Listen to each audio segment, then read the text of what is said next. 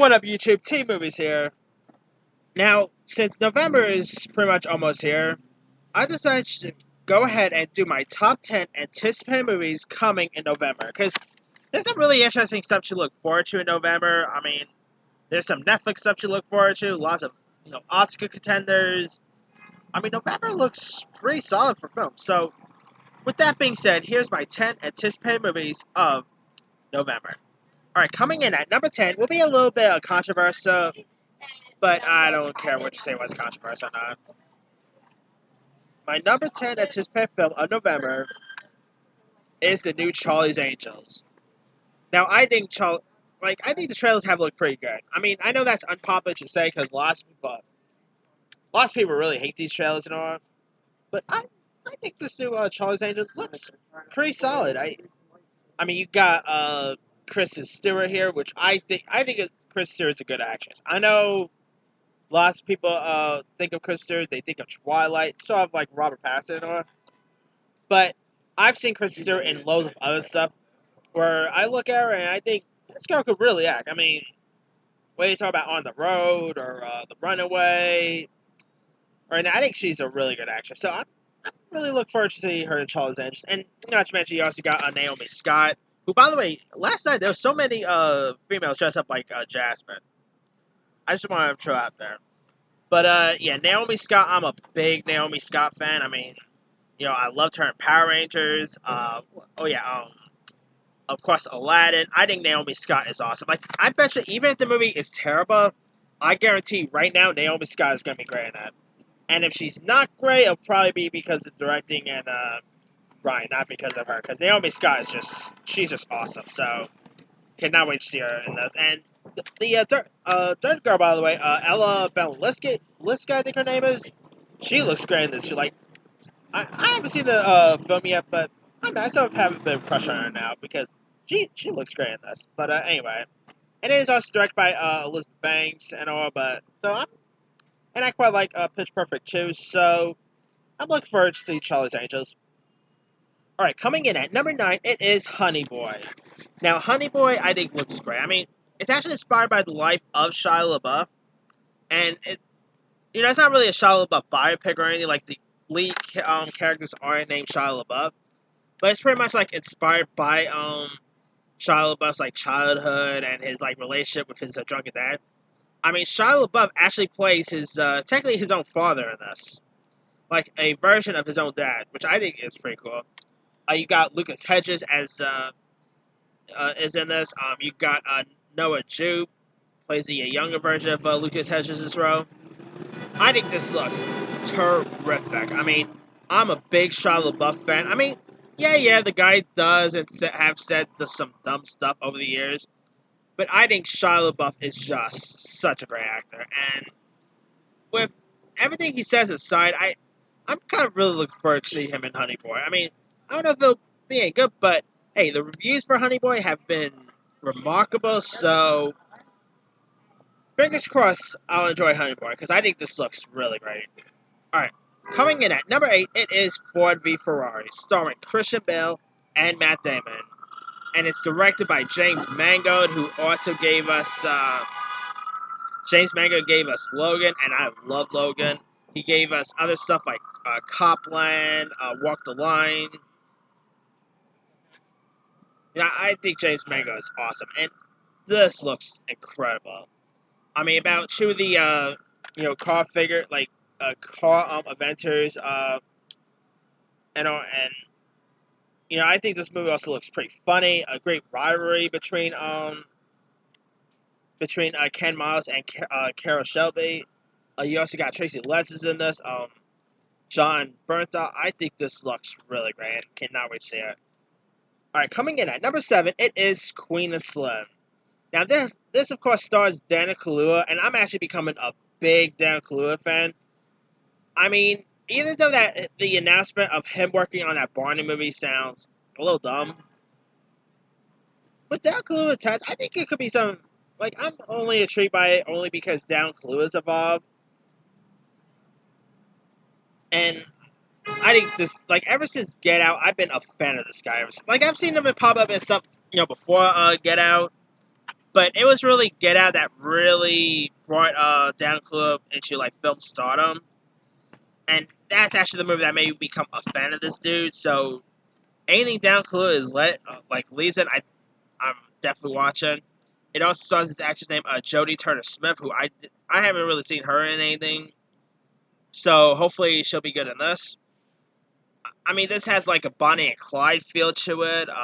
Also feels like Natural Born Killers. So they're like, it has a bit of a Bonnie and Clyde and Natural Born Killers feel to it. So I cannot wait to see this. All right, coming in at number 6, it is Terminator: Dark Fate. Now, I really love the first two Terminator films. The sequels that came after that haven't, like, I mean, Genesis wasn't as bad as critics may actually be, but still wasn't that good. Uh, Rise of the Machine was not that great. Salvation was horrible. So this might actually end up being the first best Terminator film since the original, or actually since T2. Because it's actually a fault. Like, it actually takes place years after the first Terminator. So it's sort of like a Halloween. They're ignoring everything that came after the first Terminator film. And I think Dark Fate looks really cool. I mean, you got Linda Hamilton back as Sarah Connor. Arnold Schwarzenegger is back here. You got some new additions. So yeah, I think this looks really cool to watch. Anyway.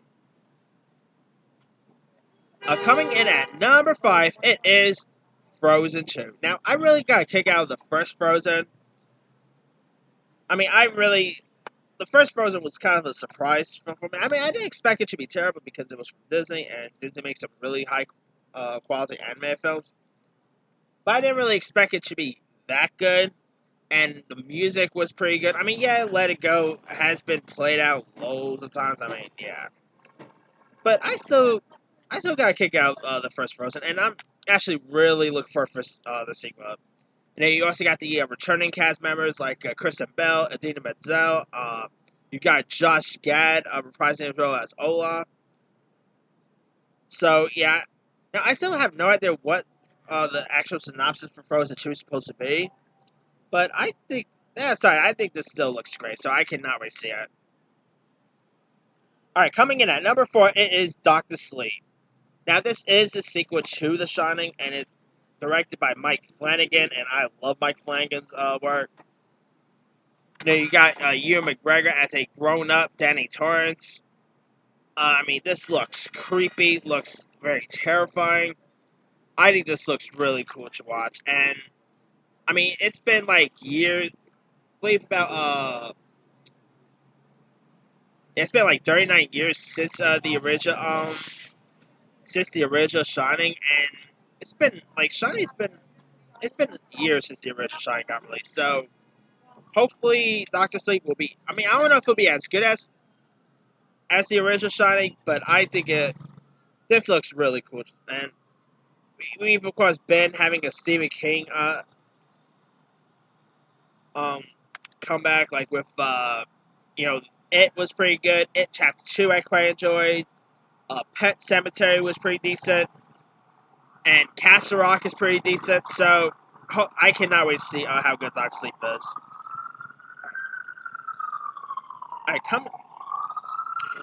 Coming in at number 3, it is Knives Out.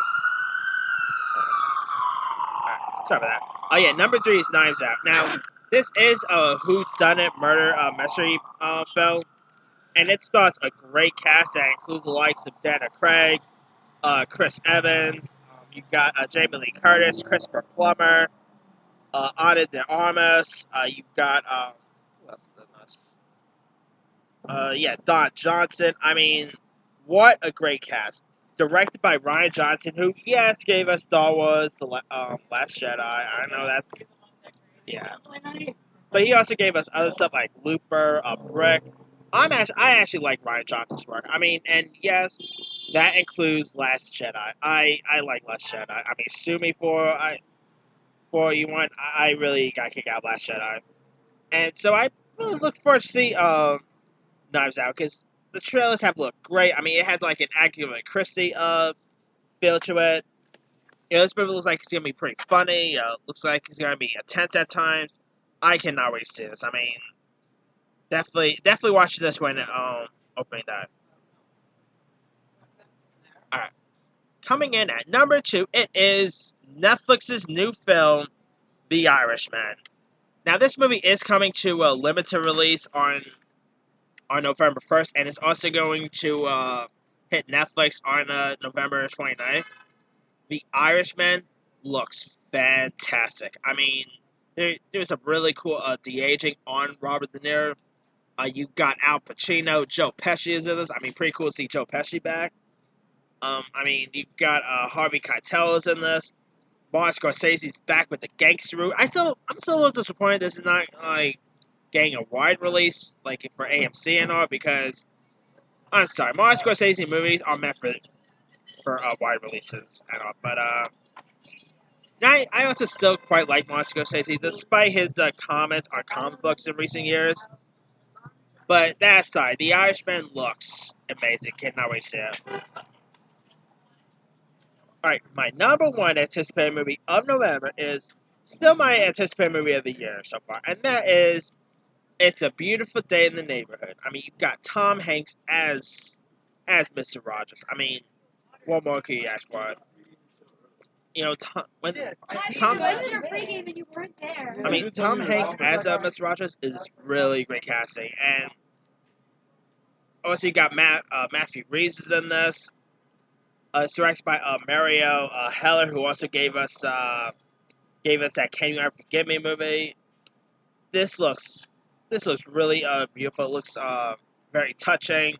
Looks like a tearjerker. I mean, after that film, Won't You Be My Neighbor, I'm interested in seeing another Mr. Rogers. Of course, Won't You Be My Neighbor was a documentary, but I'm definitely interested in seeing another Mr. Rogers based film, and this looks just great. Cannot wait to see it. I mean, it's not only my anticipated movie of November, it is my anticipated movie of the rest of the year. I mean, I'm even more excited for this than I am for Rise of Skywalker, and I cannot wait for Rise of Skywalker. So, yeah, definitely cannot wait for It's a Beautiful A Beautiful Day in the Neighborhood. I mean, it's probably gonna get loads of Oscar buzz. I mean, this movie has Oscars written all over it, so cannot wait to see it. Alright, that's pretty much it. Let me do the quick rundown. 10, Charlie's Angels. 9, Honey Boy. 8, Ford v Ferrari. 7, Queen of Slim. 6, Terminator Dark Fate. 5, Frozen 2. 4, Doctor Sleep. 3, Knives Out. 2, The Irishman. 1, It's a Beautiful Day in the Neighborhood. Now, there's loads of other movies coming out in November I can't wait to see as well. That John Cena movie, Playing with Fire, that actually looks pretty funny. I mean, I quite like John Cena, so... speaking of Lucas Hedges, his other movie, Waves, looks pretty good. What else? Harriet Tubman movie, Harriet looks pretty decent. The Ed Norton movie, Motherless Brooklyn looks cool. That Netflix film, Let It Snow, looks pretty decent. What else is coming out? Let me pull up. Oh, yeah, there's also Last Christmas coming out, but that doesn't really look too good. Midway is also coming out. That actually looks pretty terrible. Dark Waters looks pretty decent. Is that Mark Ruffalo film? Let's see. There's